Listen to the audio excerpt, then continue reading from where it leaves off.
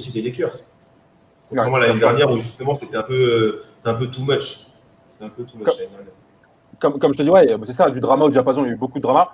Il n'est pas le seul acteur, le seul protagoniste de cette saison qui est pour l'instant réussi. Et voilà, pour vous montrer qu'on n'est pas seulement là des fanboys de LeBron, on va donner à chacun ce qu'il mérite. Et beaucoup de personnes dans cette franchise, de la tête aux pieds, méritent d'avoir du crédit, à commencer par cet homme, AD, qui a été stratosphérique. Quand je dis comme dans du beurre, en fait, c'est que son intégration aux Lakers, elle s'est faite comme dans du beurre. Je te donne rapidement les chiffres de sa saison régulière, et puis après, je te laisse commenter, je te laisse le floor, frérot.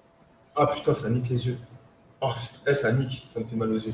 Ces stats, elles font mal. Non, c'est stats. Oh, le moteur, je dis. Non, mais c'est bon, ça va mieux, là, ça va mieux au niveau de la légende. Je t'envoie des lunettes quand tu veux, frérot. Non, il dit, que dire, une saison absolument stratosphérique. Le gars arrive dans une nouvelle franchise, la franchise d'un des plus grands joueurs de tous les temps, si ce n'est le meilleur joueur de tous les temps. Il arrive, le gars arrive à The GOAT. Il arrive dans une franchise, il fait les mêmes stats qu'avant. Il n'a pas baissé au niveau de sa production statistique. Défensivement parlant, il a totalement changé les Lakers. Moi, je pense que si les Lakers sont devenus une des top équipes défensives de la ligue, c'est aussi beaucoup en partie grâce à Anthony Davis, à son arrivée. C'est le point d'ancrage défensif. Et justement, il a su motiver LeBron par rapport à ça. Donc, du coup, les deux côtés du terrain, que ce soit offensivement, il est toujours aussi inarrêtable. Défensivement, c'est au-delà du goalkeeper. Le gars, c'est un protecteur de cercle, défense extérieure, il est ultra complet et il est moins blessé. Et ça, c'est très important. Ah oui, c'était un de ses bémols, justement. C'est qu'il était assez injury prone et cette année, il n'a pas été énorme. Il a eu des petits pépins, mais ça a été plutôt bien géré par les Lakers. C'était plus de la prévention que des pépins assez importants. Donc, tout ça aussi a fait en sorte que AD, pareil, tu regardes ses statistiques, il peut être MVP. Ouais, il a des stats d'MVP. Bien sûr. Et c'est pas pour rien qu'il finit 6e. Ça fait depuis Shaq et Kobe qu'on n'a pas vu deux Lakers dans le top 6 des votes MVP. Donc, c'est pas pour rien. Très bon point. On a oublié de le rappeler, mais LeBron et AD finissent dans la first team. Je crois que c'est depuis Shaq et Kobe.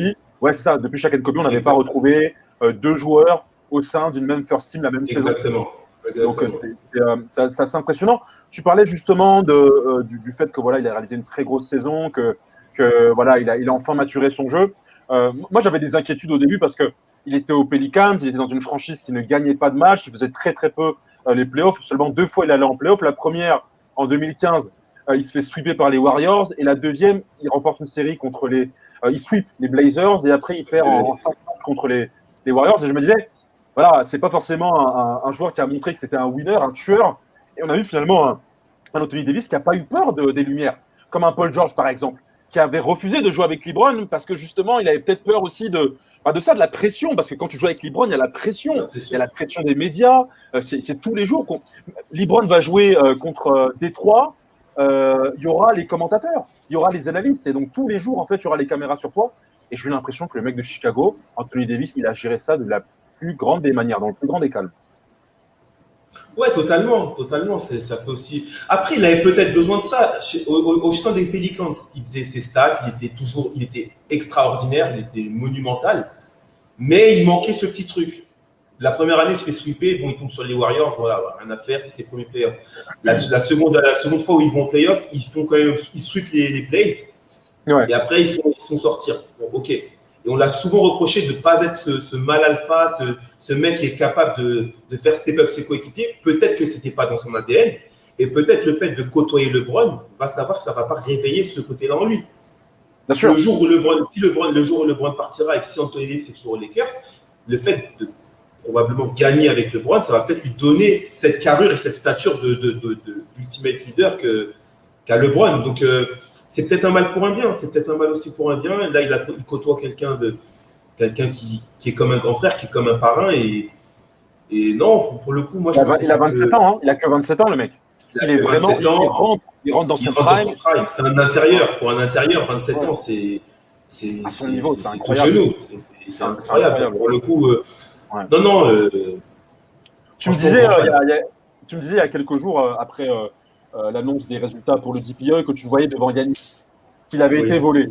Est-ce que tu confirmes encore? Non, pas volé. Non, pas volé.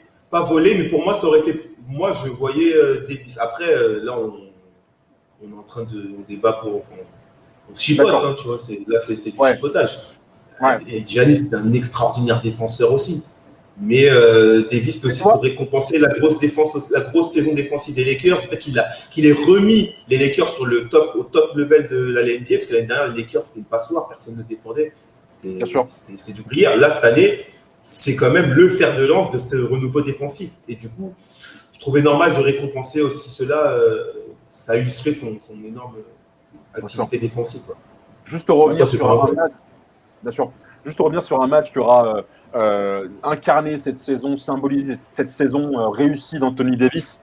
Un match de fou, mec. Fin octobre, contre les Grizzlies. Je crois qu'il est blessé. Il est blessé sur ce match-là. Il a une petite douleur à l'épaule, hein, récurrente chez lui. Hein, souvent, c'est blessures à l'épaule. D'ailleurs, musculairement, je ne sais pas si tu as vu, mais ce mec est devenu un monstre. En quelques années, musculairement, il est devenu un monstre. Il est devenu un monstre, ouais. Il est devenu un monstre. Il a perdu son mono-sourcil. Non, ça va mieux. Ouais. Il a même une belle gueule, je trouve. Ça, c'est l'ère d'Élais, ça.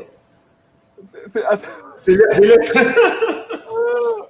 Ah, le bâtard. Non, je trouve il commence à avoir du flow. Il a même déjà du flow, le natif de Chi-Town, Chicago. Ouais, donc il fait un très gros match, en fait, en octobre dernier contre les Grizzlies. En 30 minutes, frérot. Tiens-toi bien. 40 points, 20 rebonds. En 30 minutes. 40 points, 20 rebonds.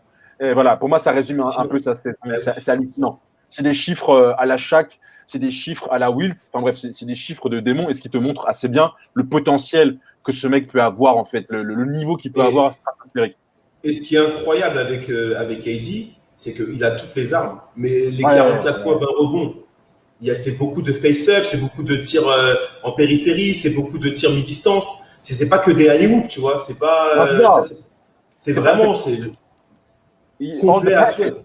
All the package. C'est énorme. It's very impressive. Ah, tu vois, je suis en train de faire mon français, il me fait bégayer. J'en fais une autre. He has it all. Non, j'arrête. Ils vont craquer, ils vont dire encore, voilà, on en fait trop.